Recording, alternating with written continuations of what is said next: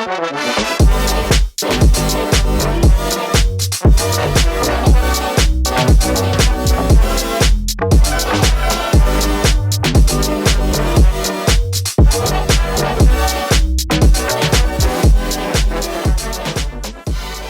back to the Mind Your Business podcast, and today we're going to go a bit deeper into my side of social media. Not the positive though, we're going to focus on a bit of the negative stuff, more of like the stuff that comes with being a content creator, the hardships, and all that in between. Are you ready, Mark? I am indeed. Thank you, Tom.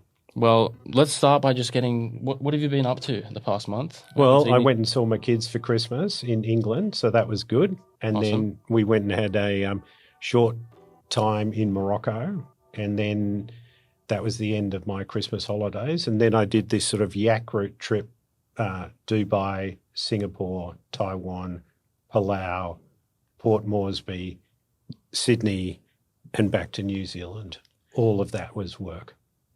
Wow. Do you remember any of it? That seems like a lot to take in. No, I do remember. I remember the best cocktail bar I've ever drank in Taiwan. Fantastic diving in Palau, but I was there to try and get a bank license. So awesome. That was work. And then everyone was complaining about Port Moresby and terrible things happening there, but I found it in really good shape. Yeah, well, my travel resume for the past month is a lot shorter than yours. I know, but a lot deeper, mate. Come on. It was Vietnam for 1 week, yeah. Malaysia for 1 week, and then back to the second home, Bali, Indonesia for 10 days, just to relax and film a bit more content. But I've just fallen in love with traveling again. I don't want to be home anymore. I want to just keep going around, eating unique food, meeting new people. It's just more fun. It certainly is. Really. So tell me, if you had one dish, not one restaurant, was there one dish that stood out from your travels? It was probably the Vietnamese food because it's very healthy. It's very clean. It's a lot of vegetables. Probably the vermicelli, which is like dry noodles with pork or something. Yep. Banh mi. I had a banh mi every single day when I was in Vietnam, and it was $1 as well. Yep. Super cheap. But Malaysia surprised me the most out of my trip. I wasn't really expecting a lot going into Malaysia. I knew like it was a Southeast Asian country, but it was very clean, very hygienic. People were lovely, and it was a car city, not a bike city. Mm-hmm. So it was great. And did you connect with any of the politics there, which is obviously a big change after a period of pretty, devastating politics? Well, Mark, that's the great difference between you and me. I have no idea about politics, even in Australia. That is why you're so happy and everyone loves you and everyone hates me, because you just don't focus on the terrible. Yep, so I have no idea about the politics in Malaysia, but I did meet someone named Joshua, shout out Joshua, who caught us when we were trying nasi lemak in Kuala Lumpur, and then he ended up taking us around for the week. Had nothing else on. It's just fantastic when you find somebody like that and suddenly you feel like you're seeing the culture up front. Yeah, every moment was kind of pinch me because we didn't really go to the most like touristy areas. We went to a durian farm in Bentong, which was like an hour and a half away on the highway. Tried some local dumplings at a very local place, locals only, and it was incredible. And which side do you come out on the durian? Are you team durian or team hate 'em? I'm team durian. Yeah. I've had it before a few times, but Malaysia's the home of it, King Durian, and no, it was good. Popped out of the tree onto the floor. Fantastic. And that's the best way to have them, straight out of the tree without any sort of handling or transportation. I'll tell you a quick story about the durian, though, because I almost died at the durian farm. What, because one landed on your head? So the durian farm we went to in Bentong, 2 days after, there was a brutal murder at the farm. Yuck. 2 workers had a disagreement, and one of them just really didn't know when to stop, I guess. Terrifying. I know, but that's some dad law for me when I'm older. Do you know what dad law is? No. Some more Gen Z slang for you. Yeah, please. Take a guess. I'm really dumbfounded that anyone could use dad in the same sense as you, mate, unless you've had a little bit of skiing off-piste I didn't know about. Dad law. One guess. Okay. What's your one guess? That you're going to tell your kids that story. That's it. It's pretty much it. Making stories and memories before your wife or partner to tell to your kids. Beautiful. And there's a lot more stories there, Mark, but we probably will keep them off air. Yeah, I think so. Well, all I tell you is my kids can tell you my dad-law far better than me. All right, let's get into today's topic. I'm going to read it a bit off my phone just so we get the nail on the head. Before we start, for the people listening, I love my job. I'm not complaining. But for the viewers out there, the people coming up in the next generation that want to be creators, I think it's really important we talk about these topics because they're kind of issues and things that they're going to face on this journey. So I hope you guys listening learn something from this and honestly just get you a bit aware of like kind of the industry you want to pursue. Well, and you don't want to be like that guy who ended up 500 kilos or something, that creator who was doing some weird stuff and then said, eat more, and he became... Yeah, but I think he was doing it for the views though. Yeah, he was, but that's my point, which is you still look pretty good, pretty happy, all things being... There's a little belly appearing, but that comes with eating a lot of food. Yeah, but you've been able to keep it within bounds. He completely destroyed his life. Yeah.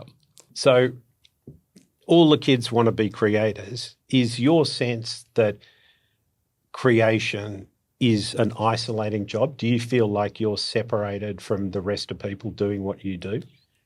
It's definitely a very important question that people need to like be aware of, because if you want to be the best at something and you want to work the hardest at something, you have to do it by yourself. The first 2 years of me creating content was very isolating because none of my friends understood my vision.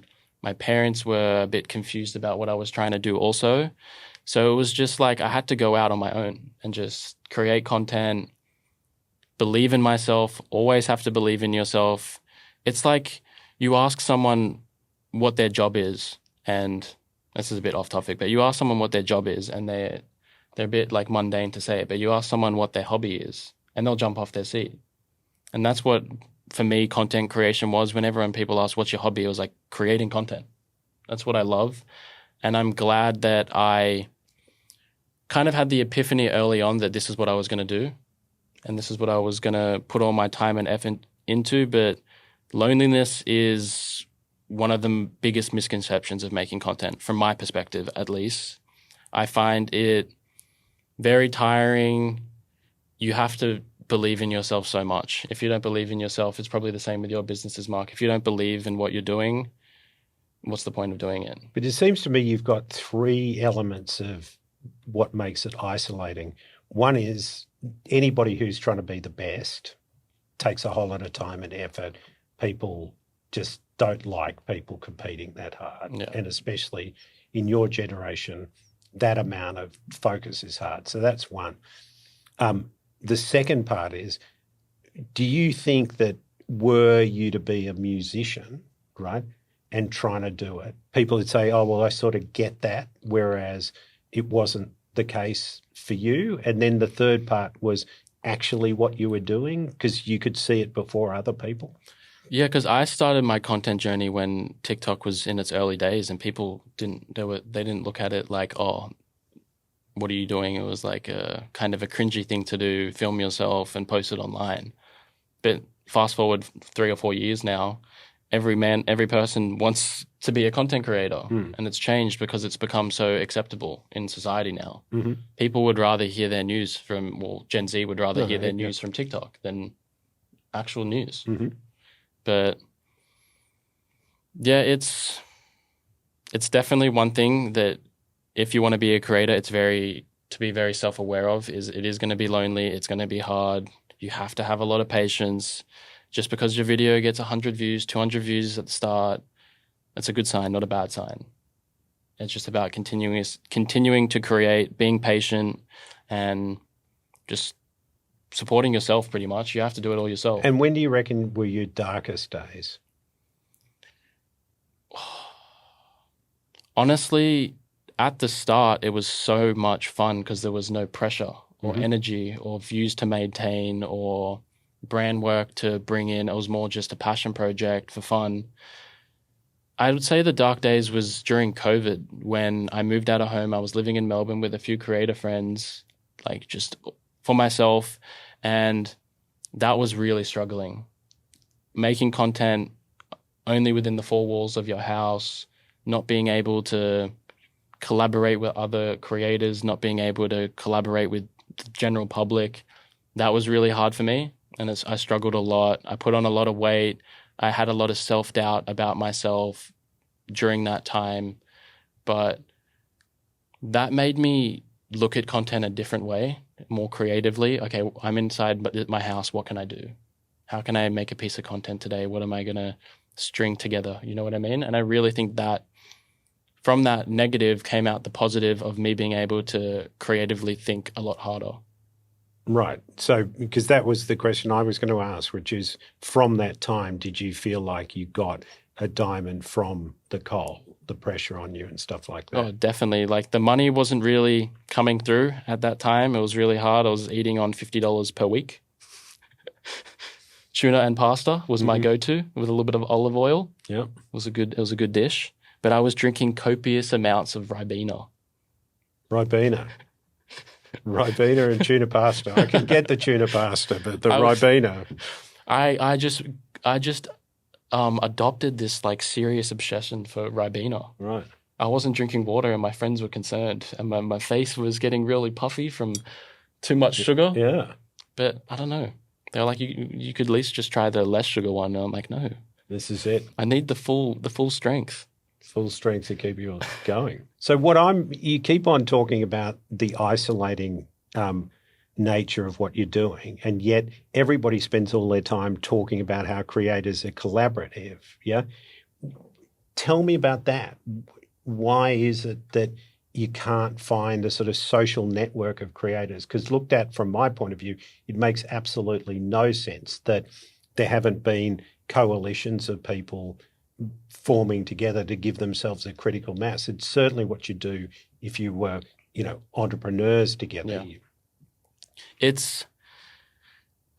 Wow. Let me take a breath before I ask this. It's a very interesting topic because I find personally a lot of creators, I'm not summing every single creator into this, but a lot of creators have somewhat of an ego with their following, or they don't see the benefits of collaborating. I experience this a lot when I go back and forth from LA. There's no such thing as friendship there. No such thing. It's very transactional based. Or what can I get from you? What can you get from me? So it's like my level of trust with creators and letting people in is really low because I've worked with a lot of people over the past few years that have just taken from me ideas, concepts, video ideas, little nitty-gritty parts of social media that people like didn't really think about. And I kind of didn't understand that people could be like that, if that makes sense. Mm-hmm. I always see people in a very positive light. So I love LA, beautiful place, but the creator scene is very toxic. Wow. It's And so you went there from somebody outside and still found yourself chewed up. You didn't feel like actually you got net advance to your career by being there. The only net advance with traveling to America in general is the size of the user base on TikTok. Mm-hmm. There's over 300 million people in the US, and they're the largest users of TikTok. So there's a massive chunk of audience to be taken from there, trying their food and like that kind of stuff. But collaborating wise, it was really hard. People like would just like look you up and down until they saw your following count, and then they would go, oh. Yeah, then they would be interested. And it was really, at the start when I was going there, when I first started social media, when I had 50K was the first time I went to LA, it was a bit different. TikTok was a bit newer, and it was like everyone was growing with it. The platform was growing. So it was very easy to collaborate. And then post-COVID, it just changed. Everyone has their followers, has their friend group. It's kind of like the same thing as high school in Australia. You have your friend group in high school. Don't talk to me if you're not in our friend group. Okay. It's interesting because I spoke to somebody who had, I think, a nephew who had a decent quality following. He found LA exactly the same, ended up in Nashville, and that works just way better for him now. Well, that's why I'm so drawn to these Southeast Asia countries and potentially Europe and Africa at the end of the year is they're just more down to earth. They want to collaborate. They want to see you win. Everyone has a smile on their face no matter what their living standards are. It's just a better lifestyle, in my opinion. And your money goes a lot further. Certainly does. I got off my plane in Melbourne the other night and got an Uber 8 minutes to the hotel because I needed to stay there for the layover. $25 for a 9-minute Uber. And you were telling me a different price for your food in Vietnam every day. And then you get a Grab or a Gojek in Vietnam, Malaysia, Indonesia, and it's $15 for like 2 hours.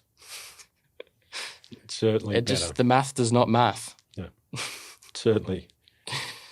But so have you, as it stands today, could you name 10 people who actually are making a career out of social media who you'd have a weekend with? So not a beer, not a dinner, but you'd actually spend a weekend if you knew you were getting nothing out of it from a creator point of view, just for being friends with them and having a good weekend. Would you have 10? Wow, I'd probably have 5. It's hard because this one might be kind of surprising. I don't watch much content. I like to produce content, but watching content, I find it too distracting. But the people I would love to just be friends with are the people that I've like looked up to my whole career on social media, is like KSI from the UK. Logan Paul post his boxing match kind of time, and watching him mature with his podcast has been really educational and beneficial as a creator perspective. Probably Gary Vee, not so much a full-time content creator, but just his knowledge and information that he shares about social media, how it works. He is a real key figure that, for me, also just helped me grow on social media. Do this, do that, trial this, don't close yourself in a box. They're probably the top 3 I have off the top of my head. But out of that list, probably Gary Vee, number 1. But they're not friends. I'm just talking about because I meet people in university, meet people in business, and 1 out of 10 you say, yeah, I'd really like to spend a weekend with them, learn more about what they're doing and stuff like that. Not sort of, the famous people, I'd love to spend a weekend with them, the ones that I've looked up to, my mentors and stuff like that. But I'm asking amongst the group of your contemporaries, you don't run into one and go, yeah, that guy's a cool guy or that chick's cool, I'd like to hang out with her. I do have a friendship group, but it's very small. I have one friend I've just grown up and known him my whole life. He was my next door neighbor with the same age. Right. Have him there pretty much. So he's a friend for growing up more than a friend as a creator. And then one of the people I live with in Melbourne, Xavier, he's a producer / artist in coming out of Sydney, and he's rock solid as well. Good friend, good person to have. We both have the creative mindset. We both understand our industry, so we kind of can get each other a bit more. But I love having more friends that do different things, not social media. Right. I don't personally like talking about what I do all the time or what I'm up to. It's just a nice fresh breath of air to just talk about other stuff, real life stuff, crypto, all in between. Right. But I want to touch a bit more on the management side of people that wanting to become creators, because it is quite tough learning it all yourself, which you kind of have to. There's no course on how to manage your TikTok and write emails. I did business in high school and it taught me nothing that what I do now. None of it was practical. But being able, if you are wanting to be a content creator, it is very important to understand you will be most likely filming the content yourself, editing the content yourself, posting the content yourself, reaching out to brands yourself, handling all the brand emails yourself, posting brand deals, making sure all the requirements and yada, yada, yada is all in line with what they want. And that's a misconception, because people think, oh, he has followers, he has all this money in the world, but working to get the money, other than being like ad revenue, which is just non-existent in Australia, and we've spoken about, come on TikTok, what are we doing? It's really difficult. But it also sounds to me like we're back to this earlier point, which is in a low trust environment amongst the successful creators, there's no ability to confederate and say, okay, we all have this common problem. We've got audience, but we can't find revenue. Yeah. Is there some way for us to collaborate? I can see how you're getting churned by the existing management structures and stuff like that are just trying to churn you and spit you out. But I can't understand how you couldn't get 5, of you together, really own a position and find some way to hold it together long enough. Like, it'd just be so much easier for somebody to be pitching 5 people of your scale than one person. Well, that's what it is now with my management. I'm really happy with who's managing me.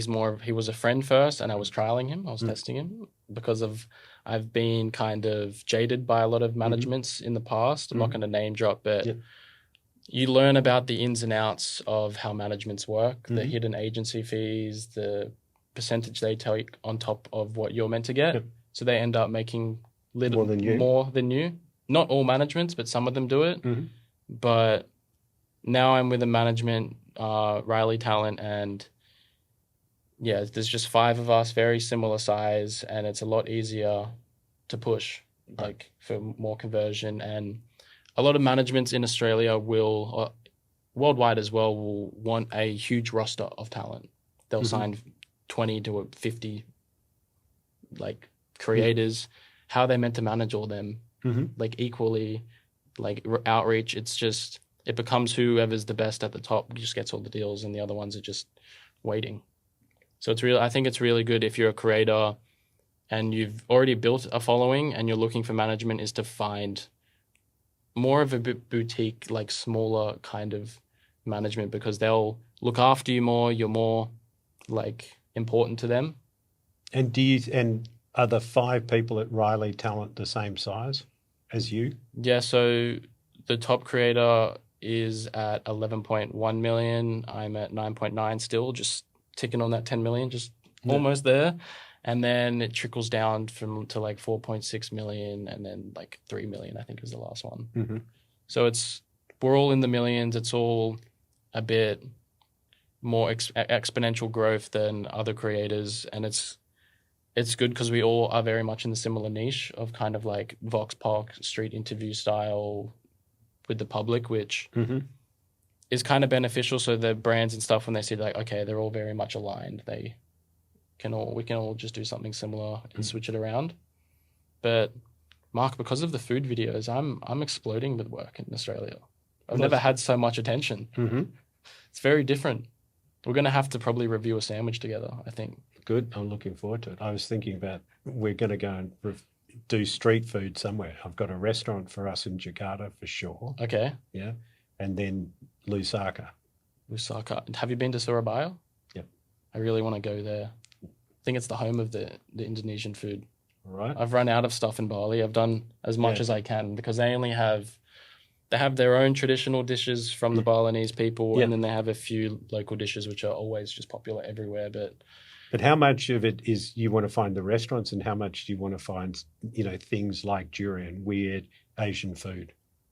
I just love, I have the idea of hiring a tour bus in Bali, driving through Java, through Soraiba, and just stopping along the way at the real nitty-gritty local places, not the more franchised owned places now that exist in these countries, just the real local places. Well, the other place I think you should go is Sumatra. Right? In Africa? No. Sorry. Yeah, that is in Indonesia, I remember. Yes, exactly. No, because you've got to go and see the orangutans, and there's some really, really cool food around there as well. So there's one dish that I'm really excited to try in Indonesia. I don't know if you guys have heard of it. I don't know if I'm saying it right. It's called ayam hitam, and it's a chicken, and it's just all black. The bones are black, the meat is black, the eyeballs are black. The coolest chicken. Yeah. I've never eaten it, but it's like, you got to see this. Go and Google it. It's the coolest looking bird you have ever we'll seen. Put a photo up. It's just like, I've tried to ask so many people, and they just look at me like, how do you know what that is? I'd forgotten what the name was, but every time you see it, it's like. Well, And the other one we've got to do, if you're big into chicken, they have this breast chicken in France that's Yeah. widely regarded as the best chicken to eat in the world. So do we have a deal? We'll try the black chicken in certainly Indonesia. black chicken for sure. We've made a deal. It's really hard to buy though. I've heard it's only for ceremonies, but We'll have a ceremony, mate. yeah. Well, yeah, We'll come up with something for sure. that sounds like a fun little. Well, another piece of your I don't know Dad anything law. about politics is a couple of weeks' time they're having a presidential election in Indonesia. I've heard a little there bit about you that. go. So you're not heard. completely. But isn't there just one party that's going to win? No, there's one guy's going to win for sure, but no, And it's they a all- proper democracy. They No, all work underneath them, don't they? They all. Then they all just Yeah. join arms and negotiate. Indonesian politics is different, but it's a real democracy and it's a really, really good neighbour for us to have. This is very off topic from this episode, but I want to keep talking about it because I learned something interesting when I was in Bali. Yeah. So, Indonesia, there's 16 million tourists in the last year that flocked to Bali, had a $50 entry rate. Mm-hmm. That is close to 900 million Australian dollars just for letting people into the country. Mm-hmm. And it's just such a misconception with Indonesia that it's a third world country. Mm-hmm. It has so much money, but It's got so many people as well, but it's making it a phenomenal job of managing that number of people and growing. The difference between I went there first in 1990 and now, it's not the same place at all. Yeah. But as you've seen, Malaysia even more. I mean, they're phenomenal what those countries have done and how they've changed. Well, yeah, Malaysia's a lot smaller population than Indonesia, that's for sure. But Bali is struggling at the moment. Really? The last 2 months has been the lowest amount of tourists they've had. Everyone's moving on to Thailand or other places. staying at home. I don't like that. No, well, Bali's never been my place, so I like Lombok. Yeah, Komodo. I haven't been to Lombok. Yeah. I've been to Nusa Lembongan, next to it. Right. A bit close to it. But Lombok's where all the earthquakes are. Isn't it? Mate. No. There's earthquakes all over the place. You look at it, you're on a fault line. Have you been to Mount Injun? No. I want to go there. Do you know what it is? Yeah. The blue volcano? Yeah. There's a lot for us to do in Indonesia. There's a lot for us to do. And as I think I said, maybe not to you, but Tony Wheeler, the guy who's my friend and partner in Lonely Planet, the business, and founded it. And I always said to him, Tony, surely you're running out of places to go. And he says, no. For every place I go to, I find two more. Every single place. The person's got some other idea and stuff like that. So I think it's also better to travel solo sometimes because I put myself in the deep end in Vietnam by myself, didn't know anything about it. But it that forced looked really good, your content from there, and looked like you're having a really good time. I loved it. Well, I'm a free man now and I'm a free bird, a free spirit. And it was just like, oh, well, I'm just going to see where the day takes me, see where the wind takes me. And I loved every moment of it. I'm very tired from it, but it was a lot of fun to just film content very sporadically instead of very organized, which I am. But that was good. Are there any problems particular to 2024 that content creators are going to have this year that they haven't had in previous years? Competition. Really? It's a very feisty industry now. Every single person is becoming a creator. From when I started to now, the amount of content creators that exist in Australia and just worldwide has quadrupled. And now you're hearing that the younger generations that are in high school, they're saying that their top career choice is to do social media. It's becoming very competitive, very hard to stand out. But that's why I think a lot of people listen to a lot of gurus on TikTok, like, oh, you should do this. This is what will make you viral. Just film what you want to film, make the content you want to make about what your hobby or whatever it is. And I feel like that's how you're going to stand out in 2024 and going forward, because everyone's kind of following what people are saying. Oh, you should do this, you should follow trends, you should do that. It's just whatever you're passionate about, that's what you should be filming this year. And that's why I've started traveling, because that's what I'm passionate about. So it's interesting to me that in all of that, you don't mention the fact that all of the democracies this year have got elections. Yeah, well, Mark, it's just like, that's always there, and it never changes. It's changed. There's a lot of. You've got Indonesia with 230 million people, an election. You've got whatever's going to happen in America. But my point of view on that is, it might be bad to you, is just like, I can't decide or change what's going to happen, so I'm just going to keep doing what I'm doing. There's nothing wrong with it. I'm just really, really interested. Maybe down the line you'll see me with a jacket on. Well, guys, I hope you learned something new from this episode about kind of the negative side of social media, and me and Mark will see you in the next episode.